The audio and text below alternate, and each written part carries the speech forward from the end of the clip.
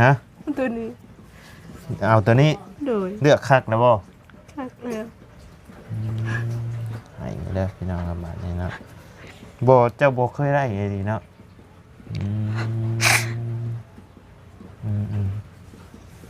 เอาพี่น้องครั้งแรกในชีวิตครั้งแรกในชีวิตเลย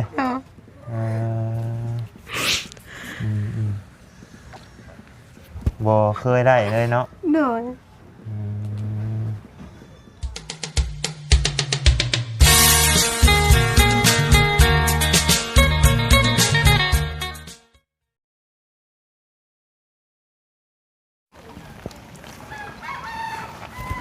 เนาะพี่น้องเลยมาพร้อมกับสายฝนอีกแล้วพี่น้องเลยเปิดคลิปเปิดภาพมาเมื่อนี้ก็อยู่บ้านแก่งทองเนาะพี่น้องเลยบ้านของน้องหัวเพิ่นนั่นแหละเนาะพี่น้องเลยพอดีว่าบ่ได้เข้ามาหาทั้งน้องบุตรเพิ่นก้อนเนาะพี่น้องเลยมาเมื่อวานนี่บ่พ่อน้องเพิ่นเนาะ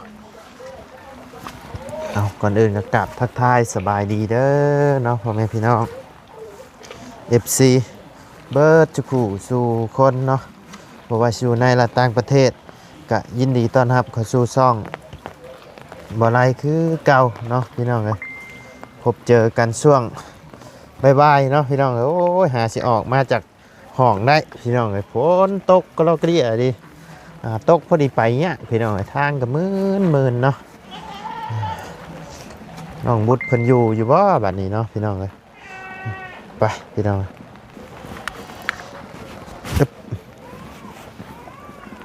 ไปพี่น้องเลย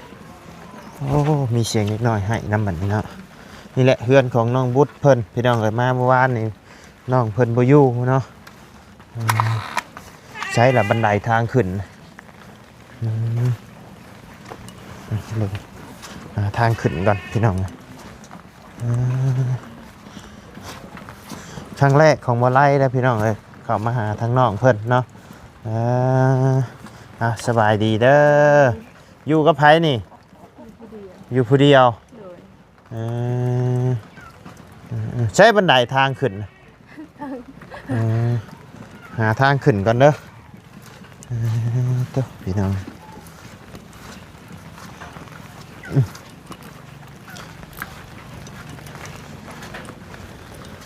นี่แหละเฮือนซานน้องเพิ่นกับพี่น้องเลยพาไม้กระจาดกะไปบ้านละพี่น้องป้าฝนตกมานี่เปื้อนเลยดีเนาะบ่ฮักบ่บันไดเจ้านี่เฮ้อคือเห็ดขันในห้างแท้โอ้ตัวโอ้หมื่นแท้นี่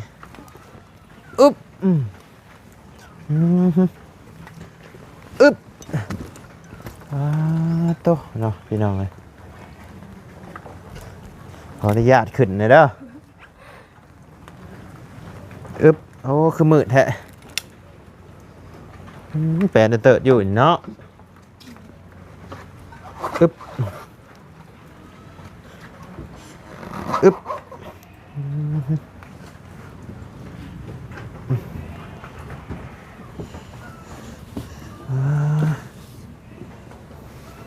มืดเนาะเบิกโทษเนาะคือแปลนเติร์ดอยู่แท้เฮือนนี่ใช้จะนอนอยู่หม่องไหนจะนอนนอนเฮือนหมู่นอนเฮือนโมนอนอยู่เฮือนไผน่ะนอนกับสาวหัวนอนอยู่เฮือนสาวหัวพวกบ่ได้นอนอยู่นี่เนาะอันเอาภาวัตมุงไว้ในบ่แม่นมุงหยังได้นี่เนาะมุงผลหัว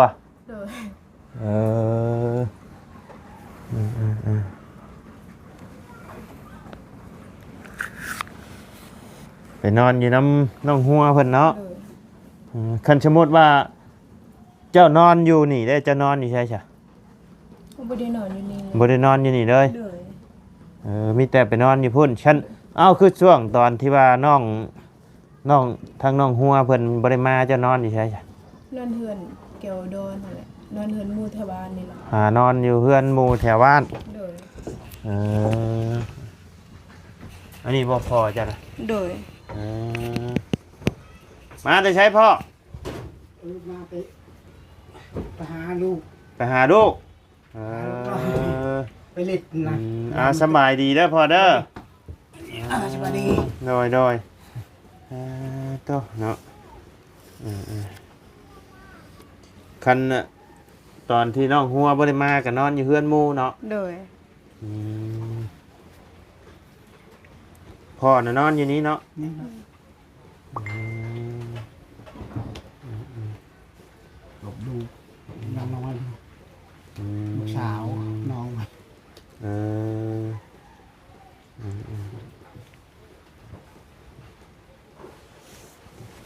แสดงว่าเจ้านี่บ่ได้นอนอยู่นี้เนาะ โดย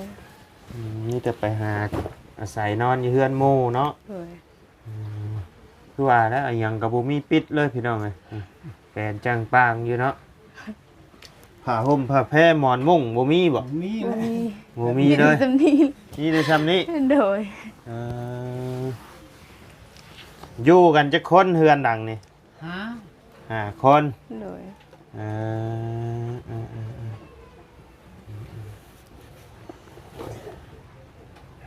นี่น้อย อันนี้ก็น้องยาบ่นี่นะ โดย สบายดีด่ะ สบายดี ตาย สบายดี มาแต่ชาย เล่นไป มาแต่เล่นฝนตกก็ไปเนาะ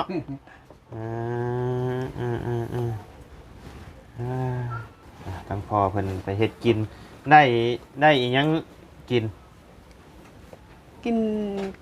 นหนู กินโน โดย โอ้ได้เมนูแซ่บได้นี่เนาะ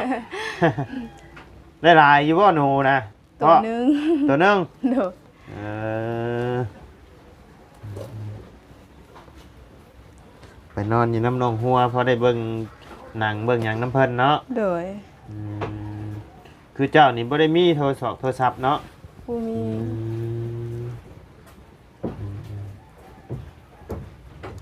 เคยมีอยู่บ่เคยมีตั้งแต่เกิด แต่น้อย แต่น้อยพวก โดย แม่ได้จ้ะแม่ไปใช้แม่นะ เมเสียไปแล้ว แม่เสียแล้ว โดย แสดงว่าจะอยู่กับพ่อนี้เนาะ โดย แม่เพิ่นเสียแต่หึงนะบ่ แต่ข่อยยังน้อยอายุประมาณ13 2ปีนั่นแหละ ตอนนี้เจ้าจักปีแล้ว 18 18 โดย โอ้โดยอยู่กับพ่อเนาะ โดย กับพ่อกับอ้ายบ่ น้อง น้อง โดย เจ้านี่เป็นเอื้อยกกเลย โดย โดย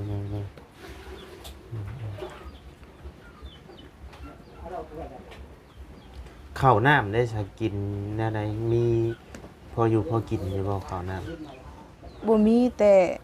ไปฮูดเขานาซาวแล้วก็เขาให้กระสอบหนึง โดยไปหูดแล้วเพิ่นเอาให้เนาะ โดย โดยนี่แต่ซื้อข้าวโลกินตลอดแล้วเนาะ โดยไปรับจ้างเขาแล้วซื้อเขาโล ตอนแม่เพิ่นเชียร์เจ้าอายุจักปีนะ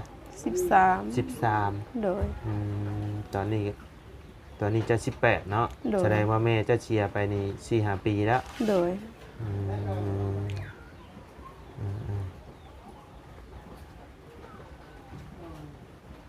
ลำบากเลยพี่น้องเรือนชานกับมีศาสตร์อยู่พื้นเดียวนี่เนาะ โดย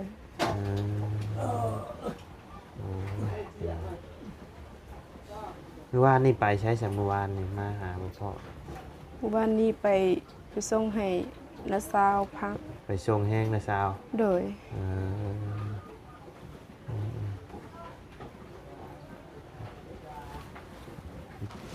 เนาะเป็นอะไร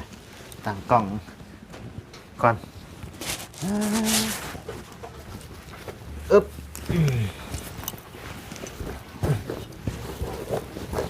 สบายดีนะพี่น้องนะสมมุติว่ามีโทรศัพท์ก็สิใช้เป็นอยู่บ่ซะ เห็นอยู่ เป็นอยู่ โดย อ่าหนึ่งนะใช่ปะ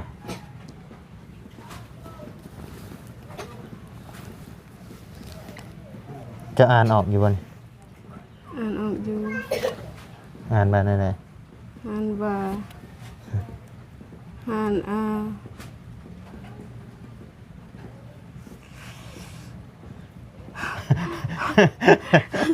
อ่านว่า อ่านบ่ออก ห่านอาเบิน บูสายสิบ โมบายเซโนอ่าเจ้าเฮียนห้องไหน ห้องป .5 ห้องปห้า โดย อันนี้เองใช่อ่านออกอยู่บ่ อืม เคยเห็นอยู่บ่เคยเห็น เคย คุ้นๆอยู่บ่ เคยอยู่ มันเกี่ยวกับอีหยัง เกี่ยวกับห่าน โมแมน เกี่ยวกับ โมเมนต์เกี่ยวกับห่าน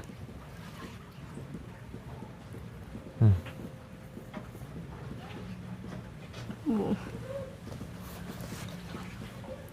เคยอยู่คุณ คือกันบ่ คือกัน คือกันบ่ โดย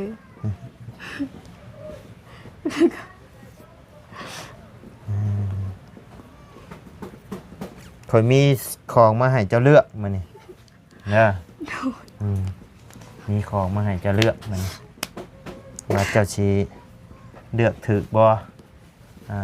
เจ้าสิเอาตัวไรเนาะ โดย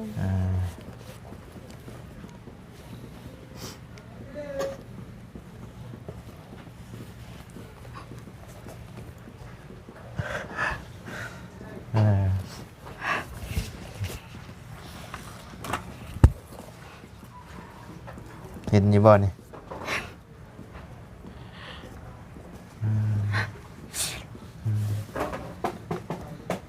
ช่องอย่างนี่ให้เจ้าเลือกเนาะเจ้าสิเลือกตัวใดฮะ ตัวนี้ เอาตัวนี้ โดย เลือกคักนะบ่ คักแล้ว ให้เด้อพี่น้องครับบาดนี้เนาะบ่เจ้าบ่เคยได้เลยดีเนาะ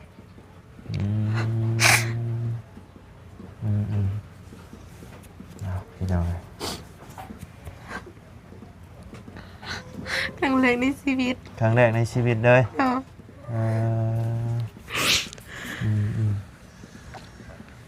บ่เคยได้เลยเนาะ โดย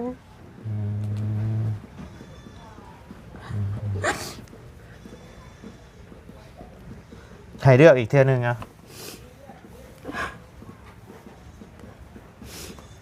ให้เลือกอีกเทื่อนึงแต่บ่ให้จับนะให้เลือกอีกเทื่อนึงอ่ะ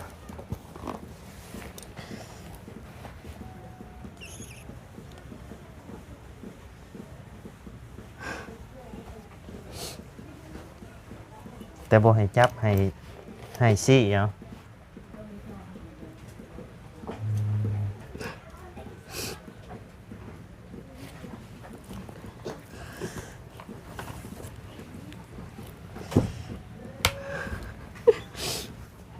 เอาฮะ เอาตัวนี้ คักแน่ไร โดย ฮะ เลือกบ่ออก ให้เลือกอีกข้างหนึงเอา เลือกบ่ออก เอา เอาไร เจ้าเลือกถือเจ้าก็ได้เจ้าเลือกบ่ถือนี่ถือว่าเรียบร้อยเลยเอานี่ซะ เอานี่เนาะ โดย โอเครอบสุดท้ายได้บัดนี้บ่มีโอกาสได้เด้อเอาเปิด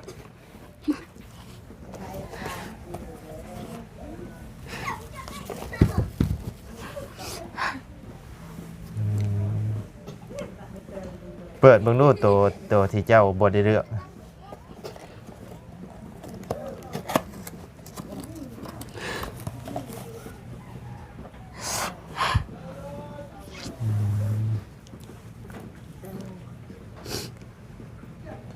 เปลี่ยนบ่ เปลี่ยนก็ได้ ฮะ เปลี่ยนก็ได้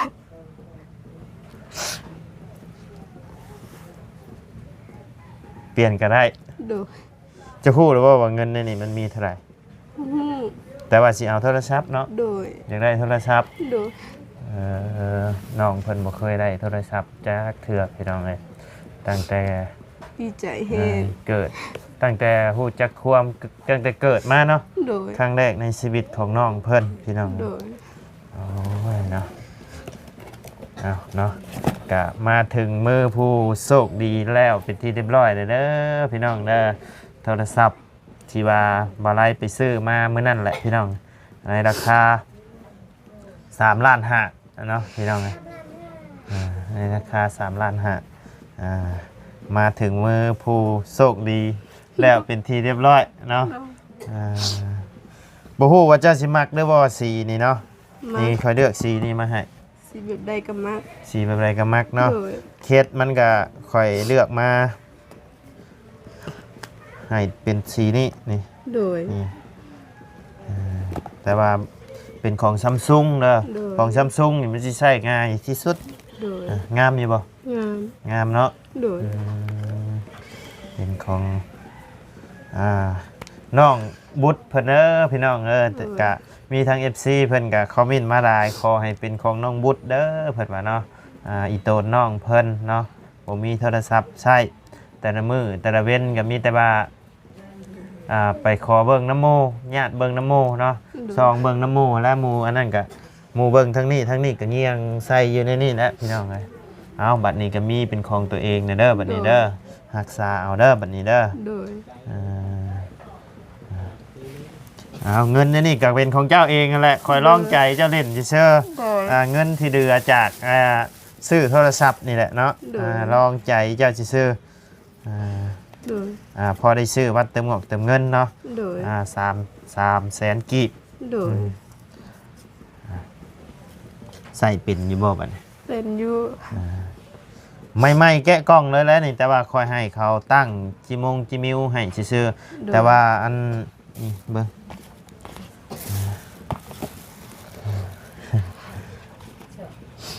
มีสายสากอิหยังก็อยู่ในนี่เด้อ โดย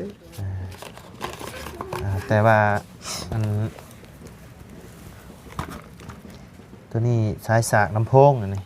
นนี้กับลำโพงนี่กับเพิ่นแถมมาน้ำโทรศัพท์นี่แหละอันนี้ก็ โดย ไปให้นี่ก็โย่พอได้เปิดเพลงพังย้อนได้นี่เนาะ โดย เอาก็ดีอกดีใจน้ำเนาะทั้งบ่ไรกับพี่น้องเลยก็เห็นน้องเพิ่นไปย่ำใดกับบุมีโทรศัพท์ใช้พี่น้องเลยบัดนี้ก็ได้เป็นของตัวเองแล้วบัดนี้เนาะเอาดีอกดีใจน้ำนี่ของแถมหัวฉากตัวนี้เคสใส โดย นี่เป็นรหัสกับ Gmail อันนี้เอา โดย Gmail ที่เขาให้ตั้งนั่นแหละ โดย อ๋อใส่วัดตัวนะ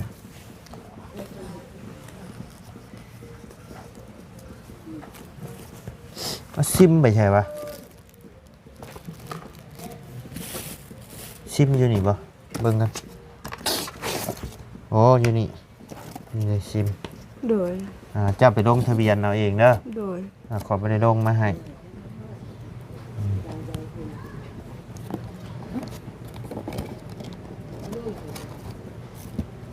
ถือไว้ โดย มักอยู่เนาะสีนี่กันเนาะ โดยมา เป็นของซัมซุงพี่น้องไงในราคา3 ล้าน 5นะพอเพิ่นผากมาให้เห็นแล้วเพิ่นอีโตนเพิ่นว่าเนาะ โดย บ่เห็นทั้งเห็นแต่เห็นน้องเพิ่นไปมันเบิ่งแต่น้ำโมเนาะก็อีโตนน้องเพิ่นพี่น้องเอ้ยอยากให้ได้เนาะเป็นของตัวเองงามพี่น้องเอ้ยบ่ไล่ก็มักสีนี่ในสำหรับข่อยนะข่อยมักสีนี่สีเขียวออกเดือมๆสีแมงคับเนาะพี่น้องเอ้ยเอาส่งมอบโดย ถึงมือผู้โชคดีแล้วพี่น้องเลยนะครับเป็นเงินพอไปซื้ออยู่ซื้อกินเนาะ โดย ซื้ออยู่ซื้อกินซื้อบัตรเติมเงินนั่นแหละมีโทรศัพท์บ่มีเงินเติมกะ ซ้ำขอนไม้คือเก่าแล้วเนาะ โดย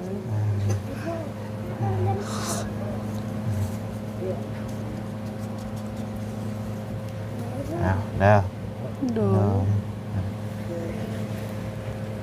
ถุงนี่ก็เอาไว้ใส่งาน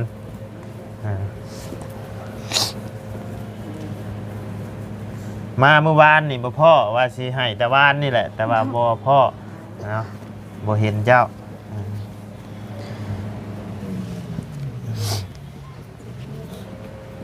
ตู้นี่ก็ใช้ได้อีบ่ตู้ใช้แถมมาชื่อยักษ์บ่มีภายผ้าฉากอยู่บ่เพื่อนจ้ะ มี บ่มี โดย ไฟกับบ่มีเนาะ อืม ต้องสากก่อนมันบ่มีแบต โดย เอาไปสากก่อนแพงโซล่าเซลล์กับบ่มีบ่ บ่มี บ่มีหยังเลยขับมากินข้าวกินน้ำเอายังสะไต ไตแต่เฮือนนาบาว ใช่แต่เฮือนละบ่าว โดย เจ้าต่อน้ำเพิ่นบ่ โดย เออแสดงว่าต่อมาหลอกเดียวนี่บ่ โดย เอาเก็บไว้เด้อนี่เด้อ โดย ไอ้กระแจเปิดก็อยู่นี่แหละ โดย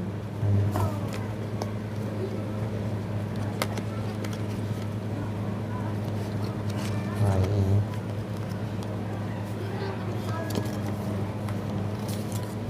ก็อยู่นี่แหละใบทำประกัน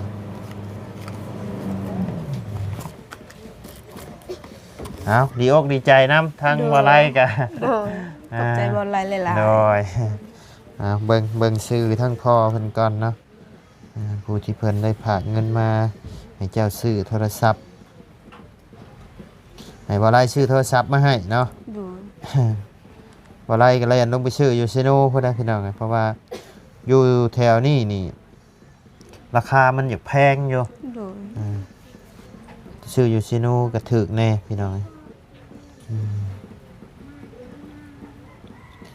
เงิน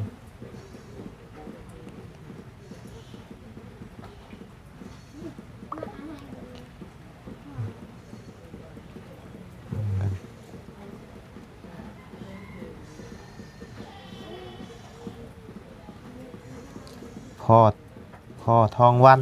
เนาะ โดย ซื้อพ่อทองวันเอามีแต่ว่าให้เจ้าขอบบุญขอบคุณทั้ง โดย พ่อทองวันเด้อเนาะที่เพิ่นได้ฝากเงินมาซื้อโทรศัพท์ให้เจ้าเนาะ โดย เอาขอบบุญขอบคุณเพิ่น ขอบใจหลาย ๆ เด้อที่พอทองวันเฮามาช่วยลูกน้องปุดขอให้อยู่ดีมีแฮงคอยล้ำคอยรวย ความใครอย่าให้ได้ความเจ็บอย่าให้มีขอให้สุขภาพแข็งแรงปลอดไปทางใดคอยได้สิ่งนั้น เดินทางปลอดภัย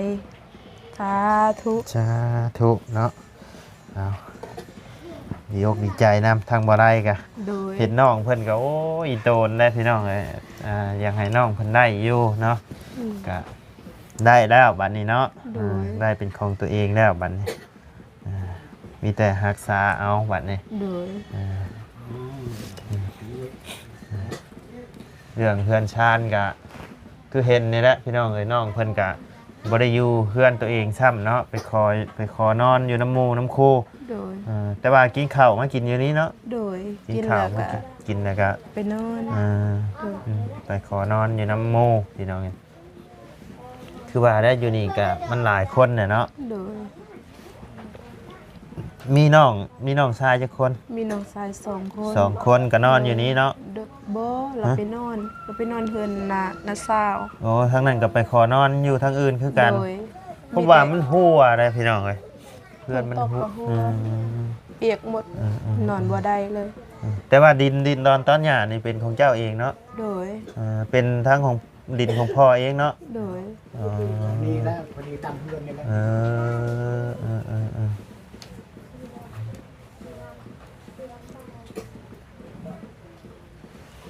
เฉพาะแต่หมองตั้งเฮือนในบ่อดิน โดย เอ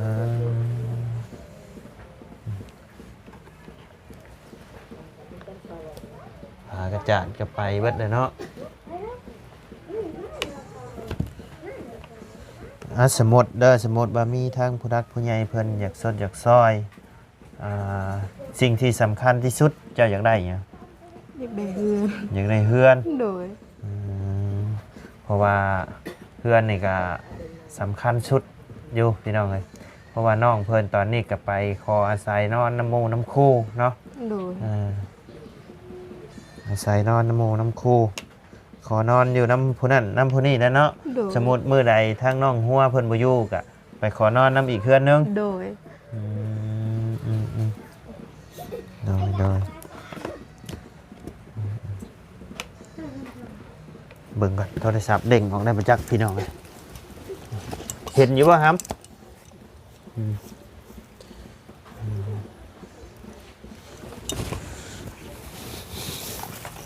ไพ่เดี๋ยวสิพาไปอันลงทะเบียนบัดนี้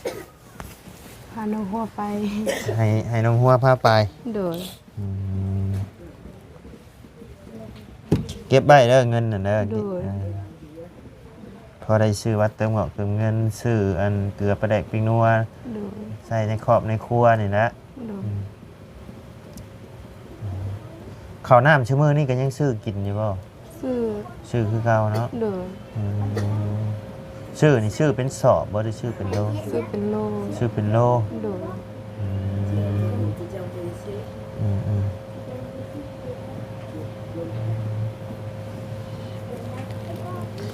FC เพิ่นก็รอรุ่น มาหลายมื้อแล้วพี่น้องเอ้ยว่าไล่มาวานนี่กับพ่อน้องเพิ่นเนาะก็ต้องขอโทษขออภัยหลายๆเด้อเนาะก็อาจสิซ่าแน่พี่น้องเอ้ยเพราะว่าน้องเพิ่นไปเวียกไปงานเมื่อวานนี่มักตัวไซก็ใส่ตัวไซอยู่เด้อ โดย มันมีสองอย่าง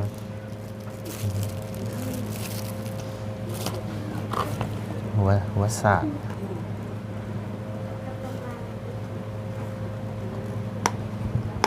ใช่ขอยก็แกะบุเป็นได้ขอยก็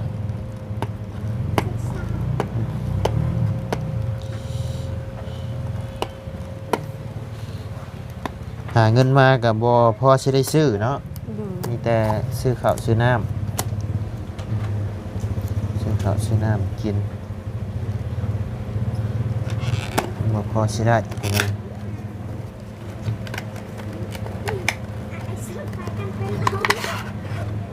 หัวสาก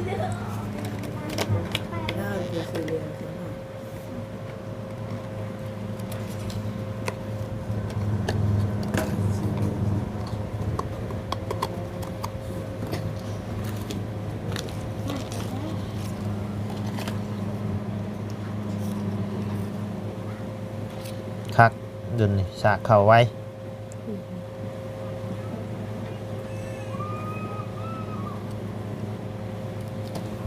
ดุนนี่มันสิใส่ดีใ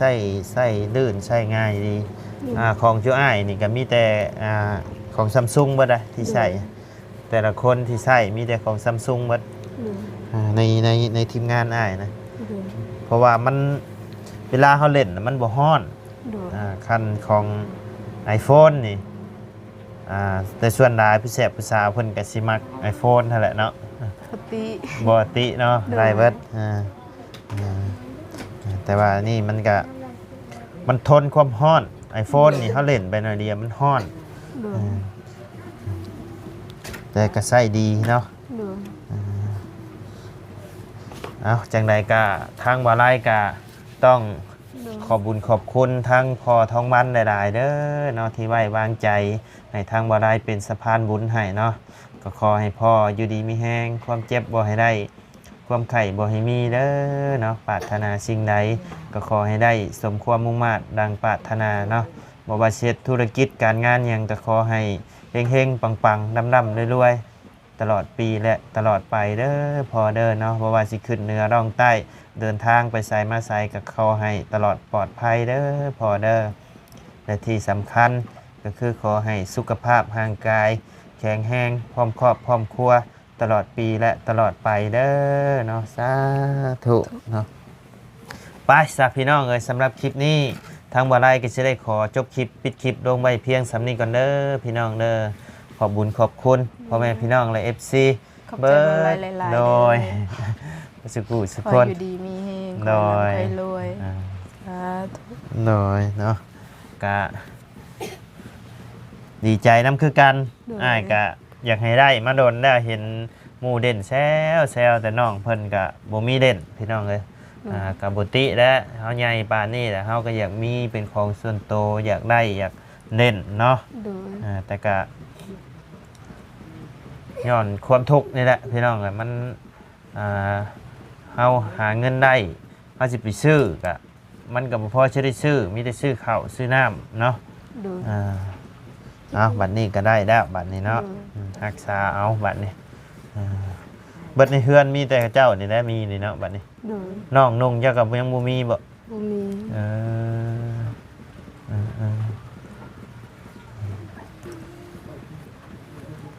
ไปจ้ะพี่น้องเลยสำหรับคลิปนี้ล่ำลาเด้อพบเจอกันในคลิปหน้าเนาะสำหรับคลิปนี้บ่าวไรน้องบุตรขอตัวลาแล้วพี่น้องสบายดีเด้อเนาะไปพี่น้อง